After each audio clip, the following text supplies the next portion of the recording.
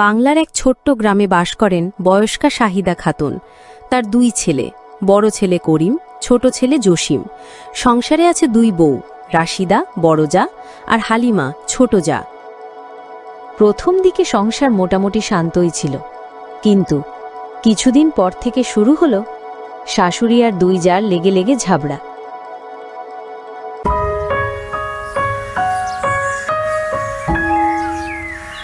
ভোরে উঠেই শাশুড়ি বকাবকি শুরু করলেন। রাশিদা, এই ভাতটা কেন কাঁচা রইল? আর হালিমা, তুই কি ঘুম থেকে উঠবি দুপুরে নাকি?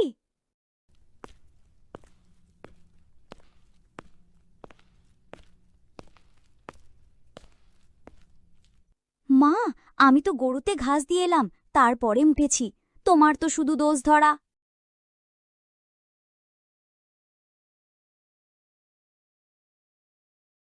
একদিন বিকেলে উঠোনে ভাত বেড়ানোর সময় কি আগে খাবে সেটা নিয়েও ঝগড়া বেঁধে গেল।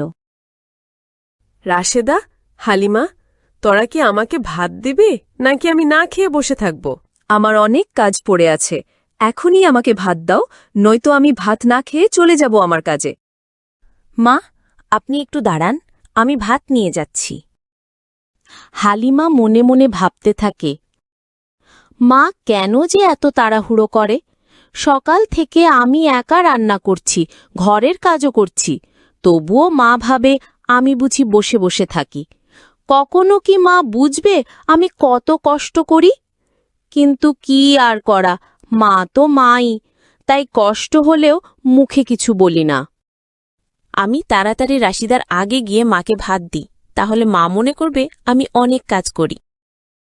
রাশিদা আগে ভাত নিয়ে তার শাশুড়িকে দেয়।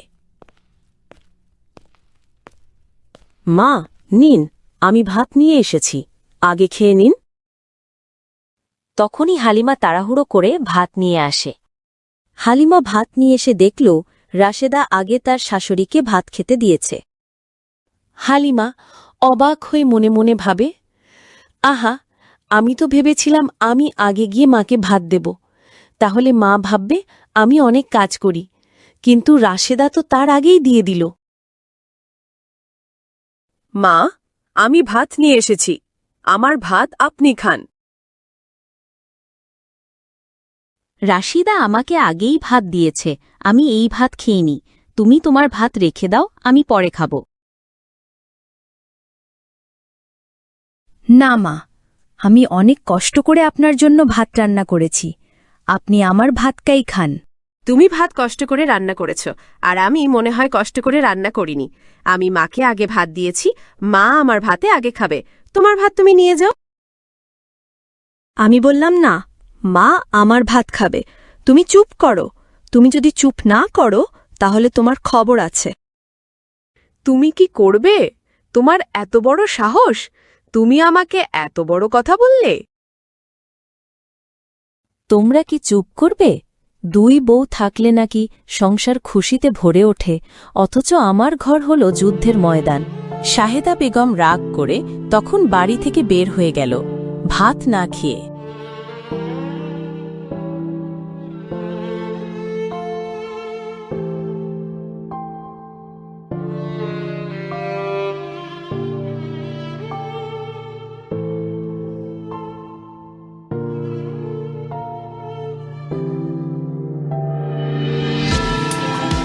একদিন হঠাৎ শাশুড়ি অসুস্থ হয়ে পড়লেন, জ্বর, কাঁপুনি, রাতে শ্বাসকষ্ট। তখন দুই জাই চিন্তায় পড়ে গেল। রাতে ঘুমানোর আগে যাই মায়ের সঙ্গে একটু দেখা করে আসি, তাহলে মা আমাকে আরও বেশি ভালোবাসবে।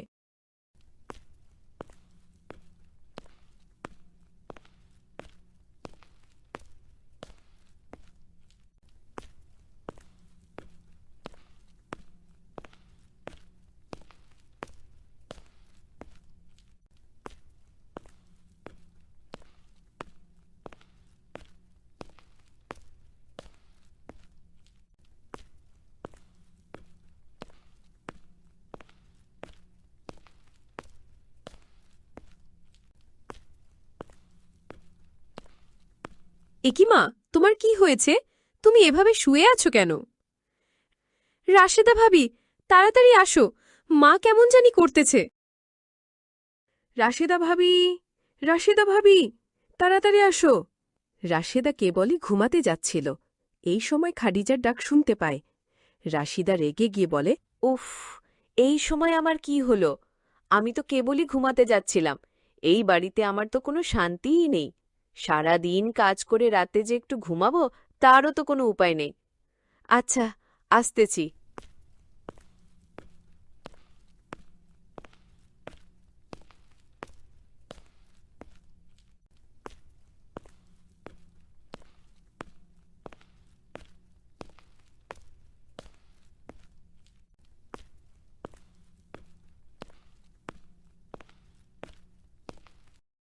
কি হয়েছে? রাতের বেলা এত ডাকাডাকি করছো কেন? দেখো না ভাবি, মা কোনো কথা বলছে না, কেমন জানি করছে। আমার খুব ভয় করছে। মা, ও মা, কি হয়েছে? তোমার চোখ খুলো। কি হয়েছে? খাদিজা, মা তো কোনো কথাই বলছে না। এখন কি করব? তুই যা, পাড়ার কাউকে ডেকে নিয়ে আয়।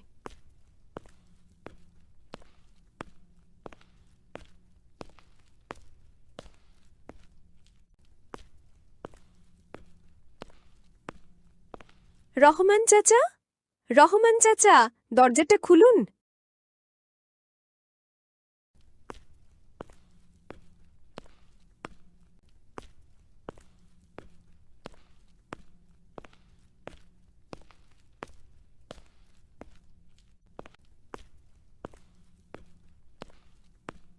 কি হয়েছে মা? এত রাতে ডাকছো কেন? আমার শাশুড়িমা কি এমন যেন করছে, তাড়াতাড়ি চলেন।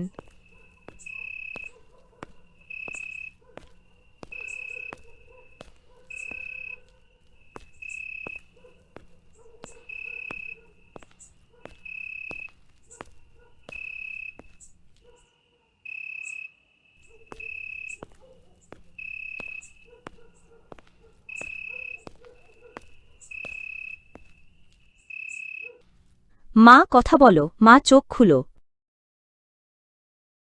ভাবি, ডাক্তার দেখেছি, তুমি চিন্তা করো না, মা এখন সুস্থ হয়ে যাবে ইনশাআল্লাহ।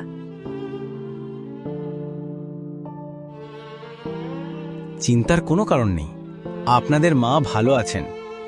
মনে হচ্ছে কয়েকদিন ধরে ভাত খাননি, তাই শরীর খুব দুর্বল হয়ে গেছে।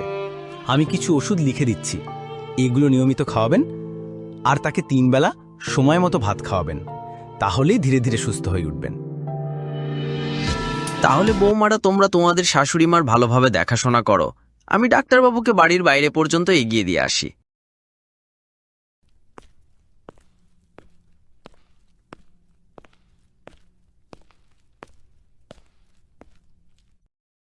কয়েকদিন পর শাহিদা বেগম সম্পূর্ণ সুস্থ হয়ে গেলেন।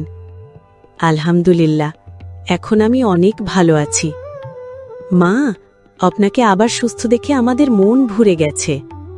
হ্যাঁ, মা এখন একেবারে আগের মতো হয়ে গেছেন। মা, তুমি আমাদের ক্ষমা করে দাও। আমরা আর ঝগড়া করব না। আমরা এখন থেকে দুইজনে মিলেমিশে একসঙ্গে কাজ করব। হ্যাঁ, একসঙ্গে থাকব, আর কোনো ঝগড়া করব না।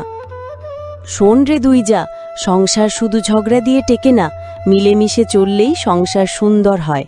আমি চাই তোমরা দুইজন বোনের মতো থাকো। ঝগড়ার বদলে তাদের সংসারে ফিরে এলো শান্তি আর ভালোবাসা।